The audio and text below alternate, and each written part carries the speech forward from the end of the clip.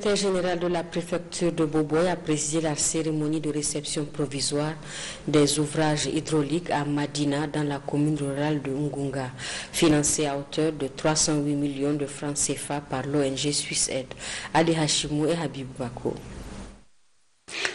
La population des villages de Boulal Gaourou, Duroual Bela, Kannar et surtout Madina, objet de la présente cérémonie de réception provisoire des ouvrages hydrauliques et d'assainissement était en fête et la joie se lisait sur tous les visages. Dans leurs allocutions, les représentants des autorités locales et traditionnelles ont tous salué les efforts déployés par l'ONG Suicide qui a injecté une importante somme d'argent pour réaliser ces mini-AEP et des postes d'eau autonomes dans ces villages. C'est un sentiment d'un devoir accompli pour les responsables de l'ONG Suicide à laisser entendre les représentants pays de l'ONG dans une brève intervention qu'il a prononcée. Et mieux, le défi a été relevé dans ces villages en matière d'approvisionnement en eau potable. Je voudrais, au nom de nos collègues qui sont au siège en Suisse et au nom de mes collègues qui sont au niveau de la représentation pays du Niger à Niamey, nous avons le sentiment du devoir accompli.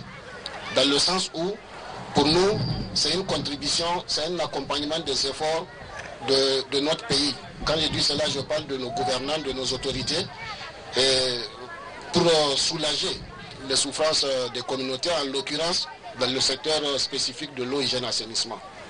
Le secrétaire général de la préfecture de Boboy a rappelé que l'alimentation en eau potable des populations, la gestion intégrée des ressources en eau constitue une des priorités des autorités de la 7e République avant de s'apaisantir ici sur les réalisations de l'ONG Suicide dans la commune de Ngunga. Au cours de l'année 2019-2020, le projet d'approvisionnement en eau potable et de promotion de l'hygiène et de l'assainissement a réalisé une mini-AEP multi-village pour un regroupement de 4 villages, à savoir Madina, Dar es Salaam, Kofo et Diawondo. Optimisation et extension de la mini-AEP de Kanari. Une mini-AEP à Goroubé. 2 postes d'eau autonomes à Boulal Gaouri, Modibo et Dural Bella, 6 latrines scolaires. Tous ces investissements ont coûté environ une enveloppe de 308 millions de francs CFA. Autre point fort de cette cérémonie, c'est surtout des sketchs de sensibilisation de la troupe de Modi Kena sur l'utilisation judicieuse et rationnelle de l'eau potable, la gestion déléguée, puis des visites guidées des différents équipements et installations des ouvrages. D'abord à Madina, Kanare, Doroual, Garbey et le poste d'eau autonome de Boulal Gaour Modibo. Bref, ces réalisations ont été exécutées dans les règles de l'art par l'entreprise Geofor basée à Niamey. Sur un autre registre, poursuite de la série de tirages de la promo Canal Plus Niger, le 5e s'est déroulé hier après-midi en présence d'un huissier de justice. Des gros lots et des lots intermédiaires sont mis en jeu pour récompenser les fidèles abonnés de Canal Plus. Lawali Moutari Maïnassara et à côté Warglassan. 10 € gagnés sont enregistrés à l'issue de ce 5e tirage de la Super Promo Canal. La maîtresse de cérémonie rappelle à l'assistance les lots mis en jeu. Pour rappel, la Super Promo a été lancée le 15 décembre dernier et se terminera le 31 janvier prochain. On a déjà eu à procéder à 4 tirages. Le tirage d'aujourd'hui a consisté à prendre en compte tous les actes qui ont été réalisés entre le 13 janvier et aujourd'hui. Ça veut dire tous les abonnés en fait qui ont posé un acte de réabonnement sur cette période ou qui ont acheté un décodeur nouveau et qui l'ont installé. Pour ce tirage, il y aura une moto Yamaha Crux, un compte bancaire 200 000 francs CFA de Coris Bank, un téléviseur Samsung 43 pouces, 6 mois d'abonnement tout canal, un kit plus disque dur canal, 50 000 francs de Zamani Cash, un forfait illimité Zamani Cash, des clés Internet Zamani, des forfaits Internet Airtel. On aura également des Smartbox et des Pocket Wi-Fi Airtel respectivement d'une valeur de 50 000 francs et 25 000 francs CFA. Après avoir communiqué les noms des lauréats, les responsables de Canal Plus ont procédé à la remise des cadeaux. Je suis content d'avoir pu remporter ces prix de 200 000 francs comme ils nous ont dit qu'on a été choisi parmi près de 20 000 candidats. Donc vraiment, je suis très content que le fait que je sois élu parmi les heureux gagnants. Aux autres abonnés de Canal+, vraiment, je leur demande vraiment de se réabonner, comme Canal+ demande que les gens se réabonnent chaque fois avant la date limite. Je suis le représentant d'un gagnant qui s'appelle Goni Zakaria, qui est des Anders. Il a gagné une télé, TV écran 43. Donc vraiment, j'encourage les gens à se réabonner davantage ou qu'ils activent leur nouveau kit pour qu'ils puissent gagner davantage aussi dans le prochain tirage. Ce 5e tirage s'est déroulé au siège de Coris Bank, partenaire privilégié de Canal+. Présent à Niamey depuis quelques semaines, l'icône du sport nigérien Abdulrazak Alfaga a procédé ce matin à une remise de dons à l'école Conseil 1 de Niamey, un don qui vise à améliorer les conditions de vie des élèves. Le reportage de Mohamed Djengarey et Imran Boubacar Maïga. Bienvenue à l'école Conseil 1, Monsieur Alfaga. Nous vous remercions, nous sommes contents de vous. Vous nous avez donné les meilleures conditions d'études. C'est ici, l'école Conseil 1 de Niamey, qui vient de bénéficier d'un don en table-banc au nombre de 101, 200 notes et des jouets à l'endroit de 500 élèves des classes de jardin d'enfants et du primaire. Pourquoi le choix de l'école Conseil? Un jour, j'ai vu des enfants qui font du taekwondo, qui courent dans le quartier. Ils m'ont salué, je les ai dit ok, je vais vous rendre visite. Donc en même temps, dans la soirée, je suis venu avec mon manager pour les rendre visite. Et après, j'ai vu les conditions dans lesquelles ils sont avec le maître. Donc j'ai demandé au maître de venir voir le directeur de l'école pour voir dans quelles conditions on va essayer de faire la terrasse qui va les permettre d'avoir un peu les conditions pour pouvoir s'entraîner. Donc je suis venu et j'ai vu même l'école même a besoin d'aide. C'est très important de penser aux enfants parce que l'avenir du Niger, ce n'est pas nous, c'est les enfants. Donc c'est pour cela, déjà je suis ambassadeur de bonne volonté de l'UNICEF pour les enfants. Donc tout ce qui concerne les enfants au Niger, je suis prêt à m'engager, à accompagner pour que demain on puisse avoir des enfants qui vont représenter le Niger sur le plan mondial. C'est un geste salutaire. Vraiment, il a su répondre à nos besoins. Vraiment, nous le remercions. Nous souhaitons que le bon Dieu le lance encore de plus sur la bonne voie et on lui souhaite un bon vent. Les parents d'élèves, par l'entremise du représentant du chef du village, saluent tous les efforts inestimables du généreux donateur, le remercient du fond du cœur et demandent aux autres mécènes d'emboîter le pas à Razak Alfaga. La cérémonie a été sanctionnée par une remise officielle de témoignage de satisfaction remis à Alfaga par l'inspecteur Niamey 1 du secteur de Gabogoura. En posant ce texte combien louable, Alfaga a encore une fois prouvé son amour pour les enfants, pour leur émancipation. Certainement que d'autres enfants, pour ce cadeau, auront un goût pour la pratique du sport en général et du taekwondo en particulier. Sport toujours, l'équipe nationale de football, le MENA à Prime, qui participe au championnat d'Afrique des Nations Cameroun 2021, a arraché un match nul, un but partout, face au Diable Rouge du Congo-Brazzaville. Ce résultat acquis grâce au soutien des supporters permet au Niger d'espérer une qualification au deuxième tour de cette compétition en cas de victoire la prochaine journée. Envoyé spécial Abdelaziz Issaka.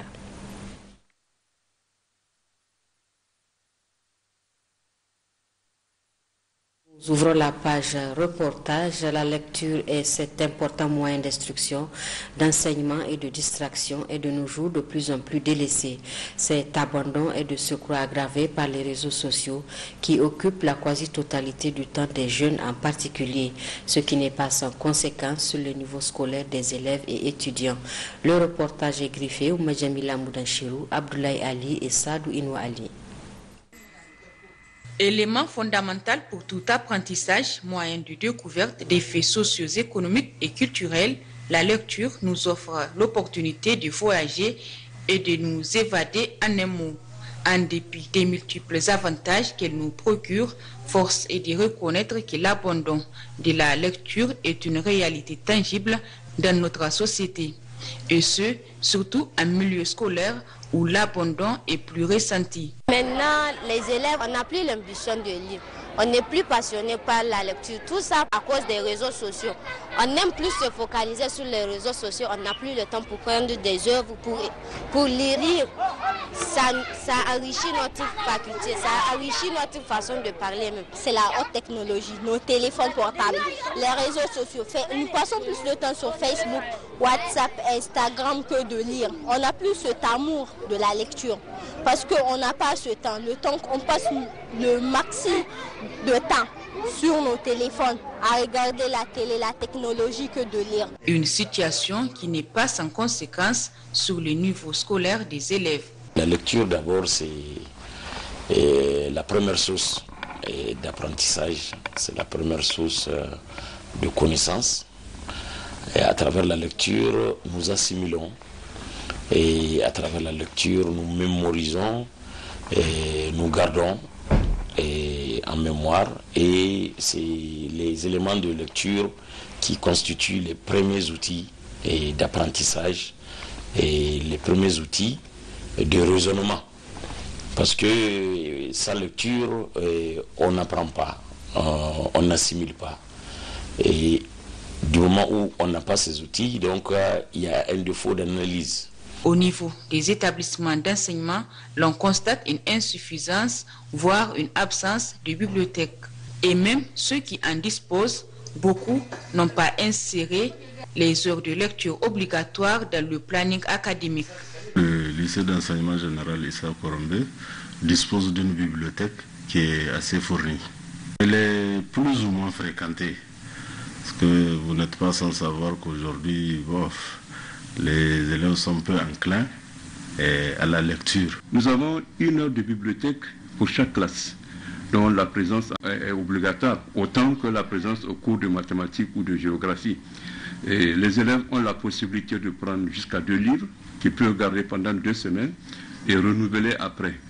Il y a une initiation qui est faite pour les tout nouveaux, 6e par exemple, qui ne connaissent pas toujours une bibliothèque.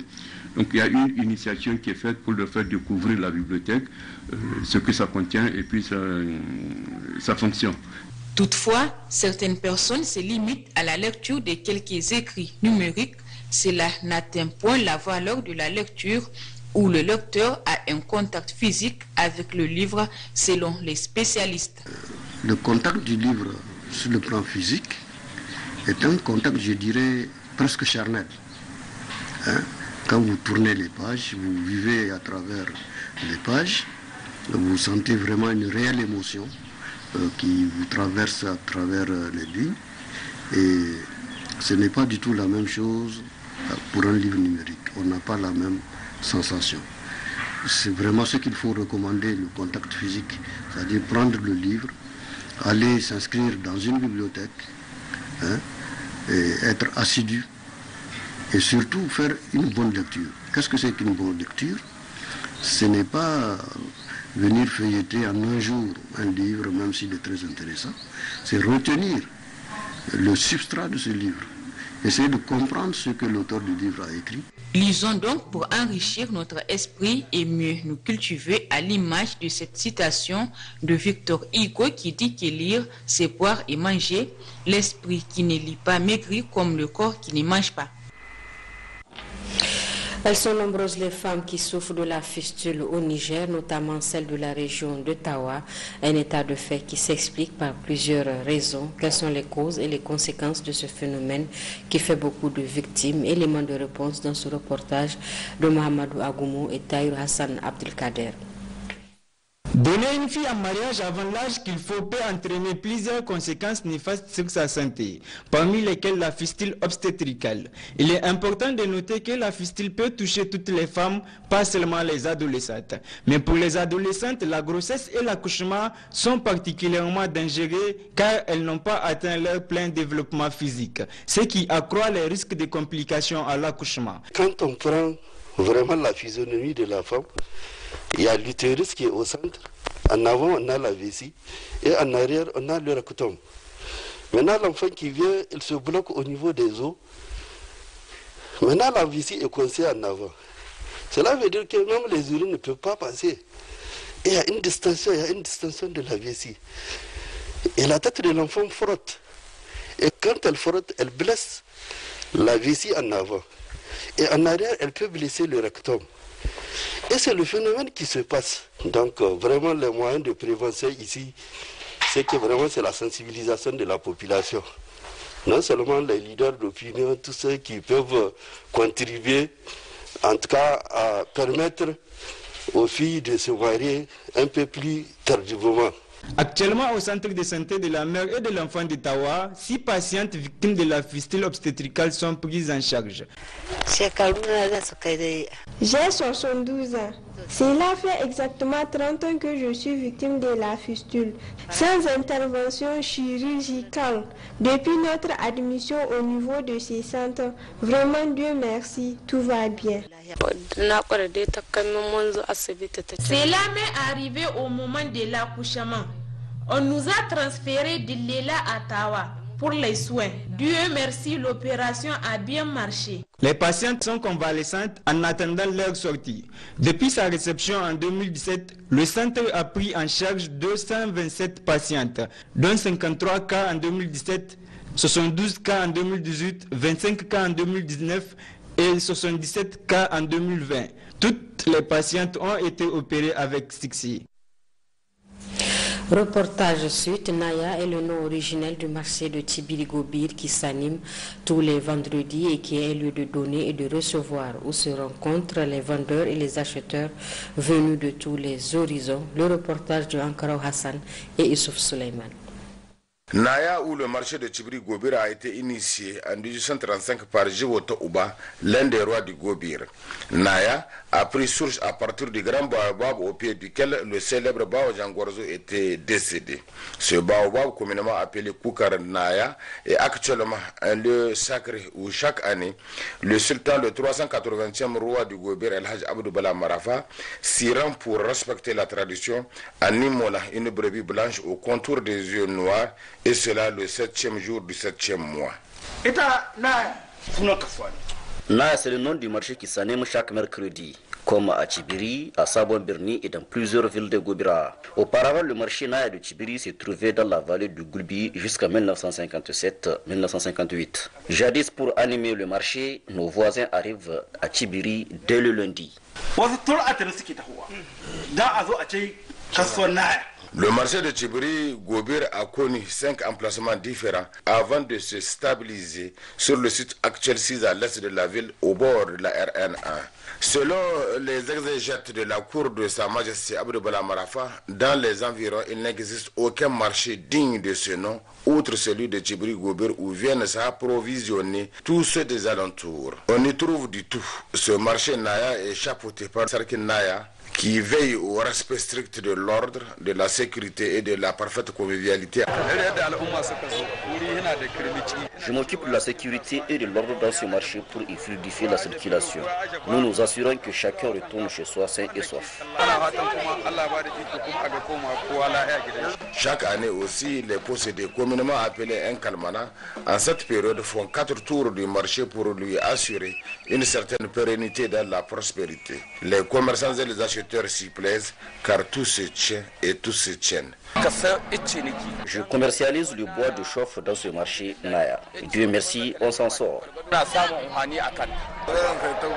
Je suis venu m'acheter des habits. C'est vraiment abordable dans ce marché.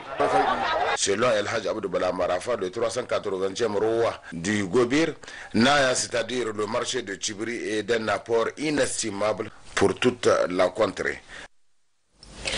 Et comme annoncé, l'équipe nationale de football, le MENA A-Prime, qui participe au championnat d'Afrique des Nations Cameroun 2021, a arraché un match nul, 1-0 face au Diable, 1 but partout face au Diable Rouge du Congo-Brazzaville.